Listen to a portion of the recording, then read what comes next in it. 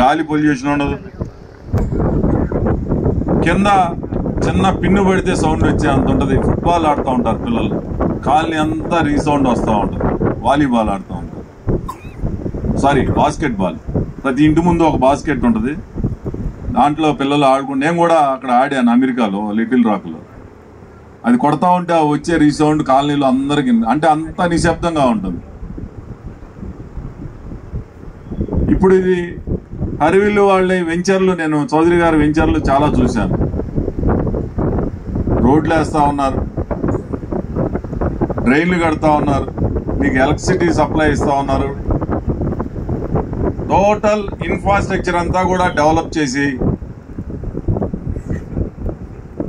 ఓ చక్కటి వెంచర్లో ఈ ప్లాట్లన్నీ కూడా మార్కెటింగ్ చేస్తూ ఉన్నారు.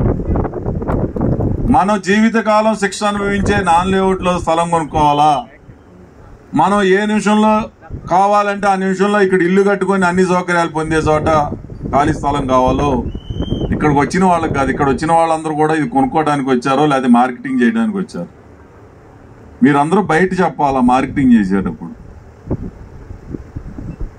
నేను చూసా యనమల కుదురు కానీ కానూరు కానీ 5 అంతస్తులు 6 అంతస్తులు 7 అంతస్తులు బిల్డింగ్లు కట్టారు, కానీ రోడ్లు లేవు, డ్రైనులు లేవు, ఈ రోజుకి లేవు. ఈ ఒక్క సంవత్సరన్నర కాలంలో 25 కోట్లు 30 కోట్ల రూపాయలు కానూరులో ఖర్చు పెట్టాం, కానీ మేము ఒక 25% కూడా అభివృద్ధి చేయగలిగాము అని చెప్పి గుండె మీద చేసుకొని చెప్పుకోలేని పరిస్థితుల్లో ఉన్నాం.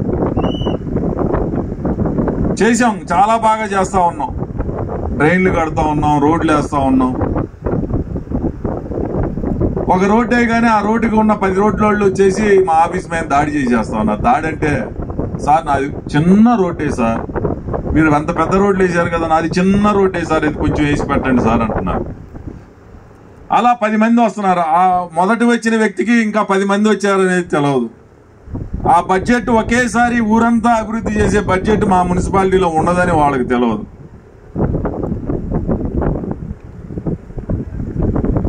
నిజంగా చెప్తా ఉన్నాను, ఇలాంటి వెంచర్స్ కనుక రియల్టర్లు అందరూ కూడా ఇలా డెవలప్ చేసిస్తే మున్సిపాలిటీలో కానీ గ్రామ పంచాయతీలో కానీ ప్రజాప్రతినిధులుగా ఎన్నికైన మేము ఆ ఆదాయం, ఇంటి పన్ను కానీ లేదా ఇంకోటి వచ్చే దాని మీద చక్కటి సౌకర్యాలన్నీ కూడా గ్రామాల్లో కల్పించవచ్చు. కానీ ఆ పరిస్థితులు మాకు ఉండట్లా. యనమల కుదిరే చూశాను నేను, కృష్ణా రివర్కి ఆ పక్క ఇళ్ళు కట్టేస్తారు. రివర్లో వర్షం వచ్చినప్పుడల్లా, వరద వచ్చినప్పుడల్లా నీళ్లు పొంగేసి ఇళ్లలోకి వచ్చేస్తూ ఉంటాయి. అసలు అక్కడ అనుమతులు ఉండవు. అనుమతులు లేని చోట ఇల్లు కడితే ఒక ఇంటికి 3,000 రూపాయలు ఆ ఇంటి కొలతలను బట్టి ట్యాక్స్ ఉంటే, అనుమతులు లేని బిల్డింగులో 6,000 రూపాయలు ట్యాక్స్ మున్సిపాలిటీ గైడ్ లైన్స్ ప్రకారం కట్టాలి. ఇది ఎవరికీ తెలియదు. వాళ్ళు అమ్మేసుకుంటాడు, వెళ్ళిపోతాడు, ఒక బిల్డింగ్ అనుమతులు లేకుండా కట్టేస్తాడు. మీరేదో ప్రైవేట్ ఫైనాన్స్ లో లోన్ తీసుకుంటారు, దాని మీద మీరు అనుమతులు ఉన్న వెంచర్లో అయితే బ్యాంక్ ఇస్తుంది, ఒక 70 పైసలు 60 పైసలు లోన్ వస్తుంది ఇంట్రెస్ట్ రేట్కి. అదే ప్రైవేట్ చోటుకి వెళ్తే ₹1 ₹1.5 వడ్డీ వేస్తాడు. మనం 1000-2000 తక్కువకి వచ్చింది, దాంట్లో సగం పోతా ఉంది. సొసైటీలో ఇలాంటివన్నీ కూడా ఉన్నాయి. తెలివైన వాళ్ళు ఎవరైనా సరే మరి హరివిల్లు రియల్ వెంచర్లో ఇన్వెస్ట్ చేస్తారు. భూమికి విలువ అనేది విలువ కట్టలేము. మా ఫాదరు, మేము చిన్నతనంలో 30 ఎకరాల భూమి ఉండేది. నేను ఎమ్మెల్యే అయ్యే టయానికి మా 3 పిల్లలకి 3 ఎకరన్నరలు ఇచ్చారు. నాకు భూమి అంటే చాలా ప్రేమ. ఎక్కడికైనా వెళ్ళంగానే ఎకరం ఎంత ఉంటుంది అనుకుంటా, కొనాలనుకుంటా, డబ్బులు ఉండవు. ఈ భూమి ఎకరం నాకుంటే భలే ఉంటుంది అనుకుంటా. శోభన్ బాబు గారు ఒక జీవిత సత్యం, ఆయన బతికొండగా చాలా మందికి ఆయన దగ్గరికి వెళ్ళే వాళ్ళకి చెప్పేవాళ్ళు, జనాభా పెరుగుద్ది కానీ భూమి పెరగదు. మీరు సెంటు భూమి కొన్నా 2 సెంట్లు భూమి కొన్నా ఈ రోజు ఇన్వెస్ట్ చేస్తే మళ్ళీ 10 సంవత్సరాల తర్వాత అదే మీ ఆస్తి అవుతుంది, రెట్టింపు అయిపోయి 2 రెట్లు పెరిగిపోయి మీ పిల్లలకి ఆస్తిగా ఉపయోగపడుతుంది.